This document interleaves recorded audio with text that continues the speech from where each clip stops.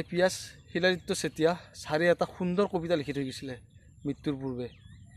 সেই কবিতাটো শুনাৰ পিছত হয়তো আপোনাৰো চকু সেমেকি উঠিব, মোৰ চকু তেনেকৈ সেমেকি উঠিছিলে, কিন্তু আপোনালোকৰো উঠিব। ইমানে দুখ লগা আৰু কবিতাটো ইমানে ভাইৰেল হৈছে ছ'চিয়েল মিডিয়াত, মানে আচৰিত। আৰু যদি আপোনালোকে কবিতাটো শুনা নাই, মই আপোনালোকক কবিতাটো দেখুৱাম ছাৰৰ, আপোনালোকে শুনিব কবিতাটো। ইমানে দুখ লগা কবিতাটো, কি ক'ম আৰু। ছাৰে যিখিনি আশা সপোন দেখিছিলে সেইখিনি আশা সপোন ছাৰৰ পূৰণ নহ'ল, আৰু ছাৰৰ মনত কিমান দুখ আছিলে সকলো কথা সেই কবিতাটোত ছাৰে কৈ গৈছে। কবিতাটো শুনাৰ পিছত হয়তো আপোনালোকো চকু জল হ'ব। আপোনালোক মই বেছি কথা নকওঁ, আপোনালোকক কবিতাটো মই শুনাইছোঁ। আৰু আপোনালোকৰ ৰিকুৱেষ্ট এটা, যদি মোৰ চেনেলত কোনোবা নতুনকৈ আছে প্লিজ চেনেলটো ছাবস্ক্ৰাইব কৰি ৰাখিব।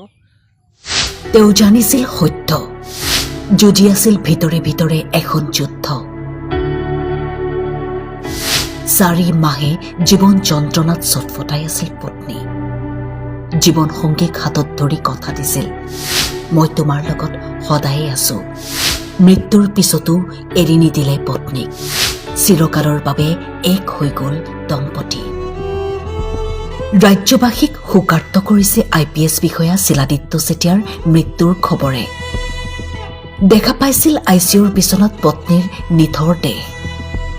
চিকিৎসকক কৈছিল অকণমান প্ৰাৰ্থনা কৰিব।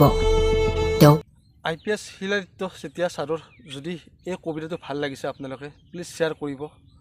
আৰু যদি আপোনালোকে চাই কৰি ভাল পাইছে লাইক এটা কৰিব, কমেণ্ট এটা কৰিব। যদি আপোনালোকে বেয়া পাইছে চাই কৰি কিনে ডিছলাইক কৰিব, মই ক'বলগীয়া একো নাই। কিন্তু ছাৰৰ ভিডিঅ'টো চাই কৰি আৰু কবিতাটো শুনি কৰি বহুত ভাল লাগিলে, সেইটো কাৰণে ভাবিলোঁ যে আপোনালোকৰ লগতো শ্বেয়াৰ কৰোঁ। শ্বেয়াৰ কৰাৰ কাৰণে আপোনালোকৰ মাজত মই এই ভিডিঅ'টো বনালোঁ, ঠিক আছে। আৰু বাকী আপোনালোকৰ কথা, আপোনালোকৰ কেনেকুৱা পালে কেনেকুৱা পোৱা নাই, আৰু যদি আপোনালোকৰ মৰম ভাল পোৱা আছে ছাৰৰ প্ৰতি, আপোনালোকে নিশ্চয় এই ভিডিঅ'টো শ্বেয়াৰ কৰিব, ঠিক আছে।